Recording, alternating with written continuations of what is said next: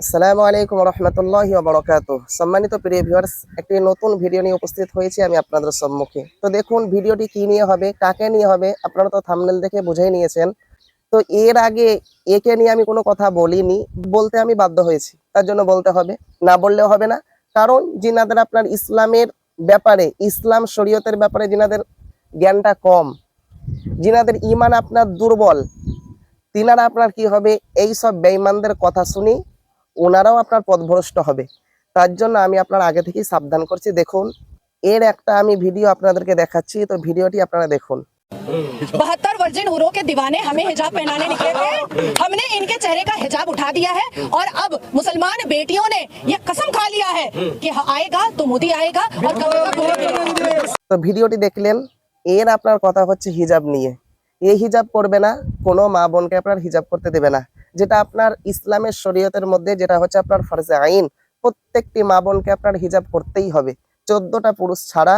বাকি কোনো পুরুষের সামনে তার আপনার চেহারা বলুন, শরীরের কোনো গঠন বলুন, সেটা আপনার দেখানো জায়েজ নেই, সেটা দেখানো হারাম।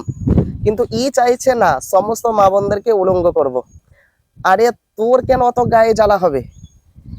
যারা মা বোনেরা পর্দা করে, আল্লাহকে ভয় করে পর্দা করে, তারা করুক। আল্লাহ রব্বুল আলামিন তাদেরকে তো তার বদৌলতে এই যে আল্লাহর কথা শুনে তারা জীবন যাপন করছে, এর পরিবর্তে তো তার জন্য পুরস্কার প্রস্তুত করা আছেই। কিন্তু তুই তো ইসলামের কোনো শরীয়ত মানবি না, তুই তো আবার নামে শেষে লাগাস খান, নাজিয়া এলাহি খান। তো এর আপনার নাম শুনে কি মনে হয়েছে? মুসলমান। কিন্তু আল্লাহর কসম, এই যে আপনার ইসলামের বিরুদ্ধে কথা বলে, এই যে কোরআনের বিরুদ্ধে কথা বলে, হাদিসের বিরুদ্ধে কথা বলে, আলেমের বিরুদ্ধে কথা বলে, এ মুসলমান থাকতে পারেই না, এ মুসলমান না। এ যদিও আপনার মুসলমান হয়, দ্বীনি শিক্ষা তার মধ্যে নেই। আল্লাহর নবী বলেছেন প্রত্যেকটি উম্মতের উপরে দ্বীনি শিক্ষা করা এটা হচ্ছে ফরজে আইন। কিন্তু কি করেছে? দ্বীন শিক্ষা করেনি। আপনার ইহুদিদের বই পড়ে বড় হয়েছে, খ্রিস্টানদের বই পড়ে বড় হয়েছে। তো আপনার ইসলাম শরীয়ত নিয়ে ঘাটেনি, যদিও ঘাটে, কিন্তু আপনার কি করেছে? সেই আপনার প্রধানমন্ত্রী এই নরেন্দ্র মোদী বলেন বা তার যে ইগুলো আছে, তাদের 2 টাকা, তো আপনার ক টাকার মাল? এ তো আপনার ক টাকার মেয়ে, তো ক টাকাতে বিক্রি হতে পারে। তো আপনার বিক্রি হয়ে গেছে। তো মেন কথা, এর ব্যাপারে কথা বলতে আমাকে ভালোও লাগে না বা আমি বলতেও চাই না, কিন্তু বলতে বাধ্য, বলতে হবে। তো একটা জিনিস তোরা মাথায় রাখ, দেখ মুসলমান সহ্য করে, সহ্য করতে করতে যখন সহ্যর বাইরে যায়, তখন কিন্তু তোমাদের কপালে কষ্ট আছে।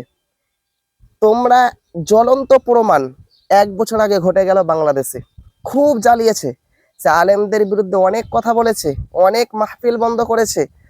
আল্লাহর কথা, আল্লাহর যে শরীয়ত, ইসলামের যে শরীয়ত, সেটা সে মানবে না। আলেমরা সঠিক কথা বললে তার গায়ে জ্বালা উঠতো, সে কিন্তু দেশ ছাড়তে বাধ্য হয়েছে।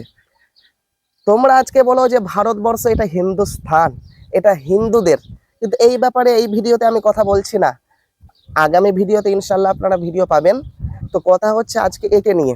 আরে ভাই, তুই উলঙ্গ হয়ে থাক, তোকে কে বলেছে পর্দা করতে? কিন্তু তুই সমস্ত মা বোনকে উলঙ্গ করতে পারবি? তোর কতটা ক্ষমতা, কতটা?